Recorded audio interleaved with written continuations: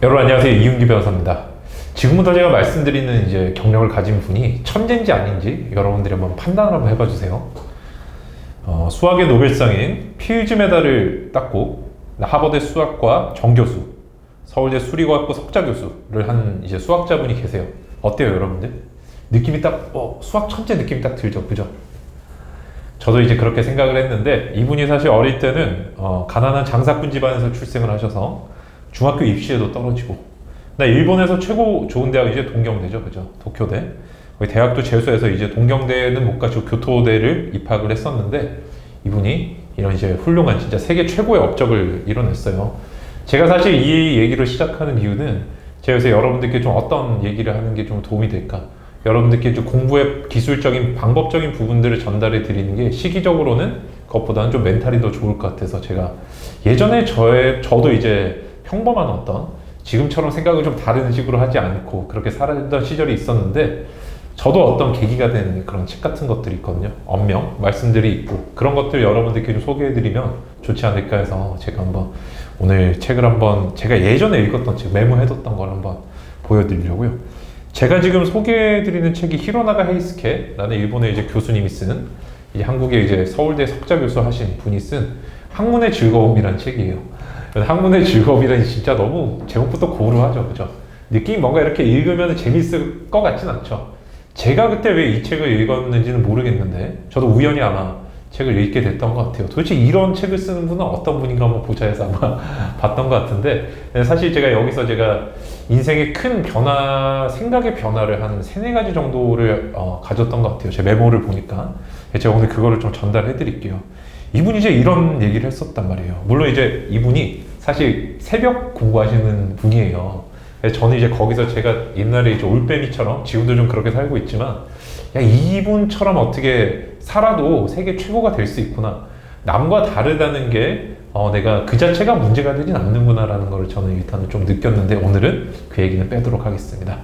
일단 제가 좀 메모해뒀던 것 중에 중요한 것들, 좀 인상적인 것들만 제가 추려서 좀 말씀을 드릴게요. 경쟁의식을 가짐으로써 노력해야 할 목표의 초점이 보다 선명해지는 것을 알 수 있다. 이런 경우에는 먼저 상대방의 우수성을 솔직하게 인정하고 있어야 한다. 상대를 인정하고 더 나아가 존경심까지 갖는다면, 단적으로 말해서 상대가 성장하면 할수록 나도 또한 클 수 있다. 저는 이게 굉장히 울림이 컸어요. 이 히로나가 헤이스케 교수님께서 이제 미국에 가서 이제 연구를 하는데, 너무 이렇게 하버드대 학생들인가? 너무 뛰어났다는 거예요. 그래서 자기가 너무 주눅이 들었대요, 처음에. 아무리 노력해도 자기는 뭐 따라잡을 수 없을 것 같고, 이 사람들은 너무 천재 같고, 이렇게 이런 훌륭한 업적을 거둔 분도 그런 어떤 현재 진행형, 그때로 돌아갔을 때 과거를 회상하면 그렇게 느꼈다는 거죠. 그 속에서 이분이 이제 어떤 생각을 가지셨냐면은, 느긋하게 기다리고 기회를 잡을 행운이 오면 나머지는 끈기다. 나는 남보다 2배의 시간을 들이는 것을 신조로 하고 있다. 그리고 끝까지 해내는 끈기를 의식적으로 키워왔다. 끝까지 해내지 않으면 그 과정이 아무리 우수하더라도 결과가 없기 때문이다. 아무리 두뇌가 우수하더라도 업적을 쌓지 않으면 수학자라고 말할 자격이 없다. 저는 이때 내가 진짜 정말 힘들고 너무 포기하고 싶은 순간들이 너무 많은데, 제가 고시생 때 내가 이때 포기해버리면, 즉 결과를 만들지 못한다면 나는 법학도 저는 이제 법대생 때 그렇게 불렀거든요. 내지는 고시생이 될 자격이 없지 않을까. 여기에 이렇게 저를 대입해서 생각을 했던 것 같아요. 그러니까 제가 다른 사람과의 차이를 인정하면은 그 차이만큼 갭이 발생하잖아요, 그죠? 이 차이를 어떻게 채울 것인가라는 데 대한 답을 교수님이 노력이라고 대답을 해주셨던 것 같습니다. 그래서 또 어떤 말이 있냐면, 노력이라는 말은 나에게는 남보다 더 많은 시간을 들인다는 것과 같은 말이다. 나는 수학을 연구하는 데 있어 끈기를 신조로 삼고 있다. 문제를 해결하기까지에는 남보다 더 시간이 걸리지만, 그 천재들보다 끝까지 관철하는 끈기는 뒤지지 않는다고 생각한다. 다른 사람이 1시간에 해치우는 것을 2시간에 걸리거나, 또 다른 사람이 1년에 하는 일을 2년이 걸리더라도 결국 하고야 만다. 저는 이때 굉장히 많은 용기를 얻었어요. 그래, 이렇게 뭔가 세계적인 성과를 거둔 분도 이런 생각을 하는구나 라는 걸 그때 느꼈어요. 시간이 얼마나 걸리는가 하는 것보다 끝까지 해내는 것이 더 중요하다는 것이 나의 신조이다. 앞서도 말씀드렸죠, 그죠? 나는 한 가지 문제를 택하면 처음부터 남보다 두세 배의 시간을 들일 각오로 시작을 한다. 그것이 보통 두뇌를 가진 인간이 할 수 있는 유일한 최선의 방법이라 믿고 있다. 참, 제가 이 책을 이 부분까지 읽었을 때, 야, 내가 진짜 우연하게 이 책을 읽었는데 정말 잘 읽었다는 생각을 하게 된 것 같아요. 우리 여러분들께서 보시기에는 제가 공부법 얘기도 하고 있고 그렇지만, 저도 예전에 공부할 때는 저의 불완전성, 그리고 다른 사람의 우수성과 저의 차이에서 오는, 아무래도 나의 어떤 뭐라 해야 될까, 자존심이 좀 상하는 것도 있고, 그죠? 솔직히 내가 뭐라고 할까요? 제가 다른 사람보다 뒤진다라고 이렇게 내 입으로 말하고 다니기 좀 그렇잖아요, 그죠? 스스로 인정하는 것도 사람이 쉽지가 않단 말이에요. 저도 이제 제가 치는 시험이 굉장히 진짜 훌륭한 좋은 대학을 나온 분들이 평생을 하더라도 안 되는 경우도 되게 많고, 그 속에서 오는, 그분들이 저한테 뭐라고 한 적은 없지만 제 스스로 그런 어떤 자격지심을 느끼고 그 속에서 오는 불안함이 굉장히 크게 공부에 작용을 하던 그런 시기였는데, 제가 이 말을, 이 글귀를 읽고 나서 굉장히 많은 마음의 변화가 있었던 것 같아요. 그래서 제가 여러분들께 굉장히 소개를 많이 해드리고 싶었고, 조금 더 제가 메모해뒀던 거 말씀을 드릴게요. 배움에는 고통과 함께 기쁨이 있다. 배움이 괴로움의 연속이라고 생각하는 사람이라도 배워나가는 과정에서 배움의 기쁨을 가끔씩은 맛볼 것이다. 단지 배우는 데 있어서 어려움이 너무나 많기 때문에 기쁨이나 만족감이나 행복감을 느끼기가 어려울 뿐이다. 여러분들께서 공부라는 게, 공부는 고통이야 라고 생각하시는 분들이 계시죠. 그래서 저는 뭐 노페인 노게인이라고 하는 말 자체에 대해서 반대는 하지 않지만, 공부가 과연 그렇냐라고 하면은 과연 그게 내 인생에 어떤 의미가 있을까? 나는 공부가 무한한 어떤 고통밖에 없다라고 한다면 그게 아니라는 거예요.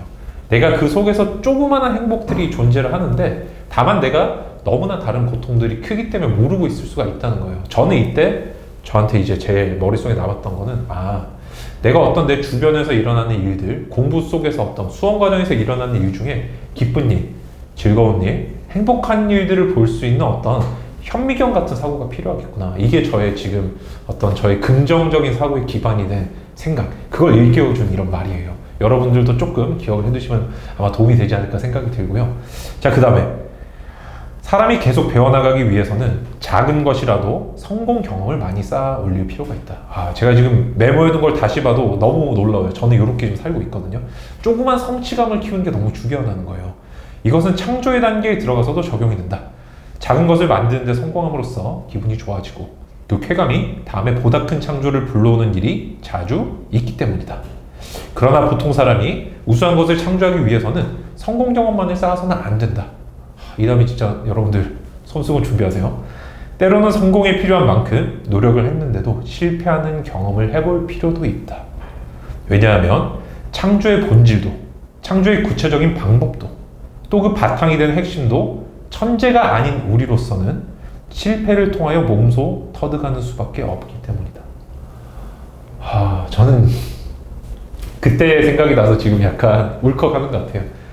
이 말에 저는 너무나 큰 위로를 받았어요. 진짜 제가 그리고 이제 얼마 전에 영상도 올렸잖아요. 합격하면은, 그러니까 내가 공부할 때도 합격한 사람처럼 행동하고 그렇게 생각을 해야 된다고 말씀을 드렸는데, 그렇다고 하더라도 내가 좀 비루한 생각, 그다음 내 스스로를 낮춰볼 수도 있겠구나라는 걸 저는 그때 알았어요.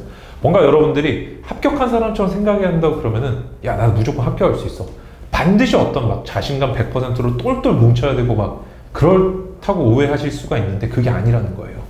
내 마음속에 있는 어떤 아픈 마음들, 또는 나 스스로에 대한 연민이라든지 그런 마음들을 가지고 있다고 하더라도, 그런 약한 부분이 있다고 하더라도 괜찮다는 거예요. 왜? 우리같이 평범한 사람들은 실패를 통해서 배워야 하는 부분들도 있다고 이렇게 얘기를 해주시니까요.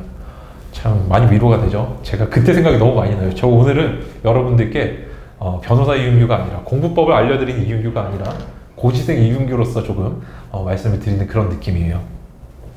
그리고 이런 말도 저는 상당히 좀 기억에 남는데, 살아있다는 것은 부단히 무엇인가를 배우고 노력하는 것을 의미한다. 그리고 바로 그 배우고 노력하는 것이 인생을 만들어 나가는 것이 아닐까 하는 생각을 절실히 하게 된다. 살아있다는 것은 그 자체가 대단한 것이다. 그 값진 삶을 보다 멋지게 사는 것은 살아있는 사람의 특권이다. 그 특권을 포기하는 것은 어떤 뜻에서는 죽은 사람에 대한 모독이라고까지 말할 수 있지 않을까. 자, 그래서 이제 히로나가 에스케 교수님께서 여러 가지 얘기를 해주셨는데, 제가 여기 사자성어가 하나 나와요. 그래서 제가 그것도 이제 메모해둔 게 있어서 기억이 나는데, 소심신고라는 말이 있어요. 내가 어떤 변화의 상황, 어떤 어려움의 순간이 왔을 때는 소박한 마음으로 돌아가서 다시 한번 깊이 심사숙고하라는 뜻이에요. 저는 참 다른 것보다 제 마음의 기준점을 많이 잡아준 책이라고 생각을 합니다. 학문의 즐거움. 제목은 조금 재미가 없어 보이죠, 그렇죠? 근데 이 속에는 단순하게 자기 자랑이라든지 그런 책들 되게 많잖아요, 그죠? 책을 막상 펴보면은 야 나는 뭐 사실 되게 잘날 수밖에 없었어 이런 책들이 되게 많은데 그게 아니라 어떤 인생의 깊이 있는 통찰과 어떤 식의 노력이 진정 나를 빛내주는가. 제가 여러분들께 라이브라든지 많은 기회를 통해서 말씀드리는 게 노력만이 나를 빛나게 해주고 나의 존귀한 고귀한 노력이 나를 고귀한 사람으로 만들어 줄 것이다. 이런 믿음을 저는 끝까지 지켜나가려고 노력한다. 이렇게 말씀을 드린 적이 있죠. 아마 제 그런 생각의 원천이 된 게 이 책이 아니었나. 다시 한번 메모를 통해서 제가 기억을 되살려 봅니다. 아무쪼록 여러분들이 생각을 정리하시고 방향을 조금 바꾸시는데도 도움이 좀 되면 좋겠어요. 요즘 이제 시험이 결과들이 좀 많이 나와서 저한테 상담 요청도 좀 많이 들어오고 그 다음에 아쉬움을 토로하시는 분들도 굉장히 많이 있는데 그 여러분들께서 하나의 기준이 좀 될 수 있지 않을까. 그래서 학문의 즐거움 같은 경우는 아마 책을 구하기는 아마 오래돼서 좀 쉽진 않으실 거예요. 그래도 꼭 한번 기회가 되시면 찾아서 읽어보시면 좋을 것 같습니다.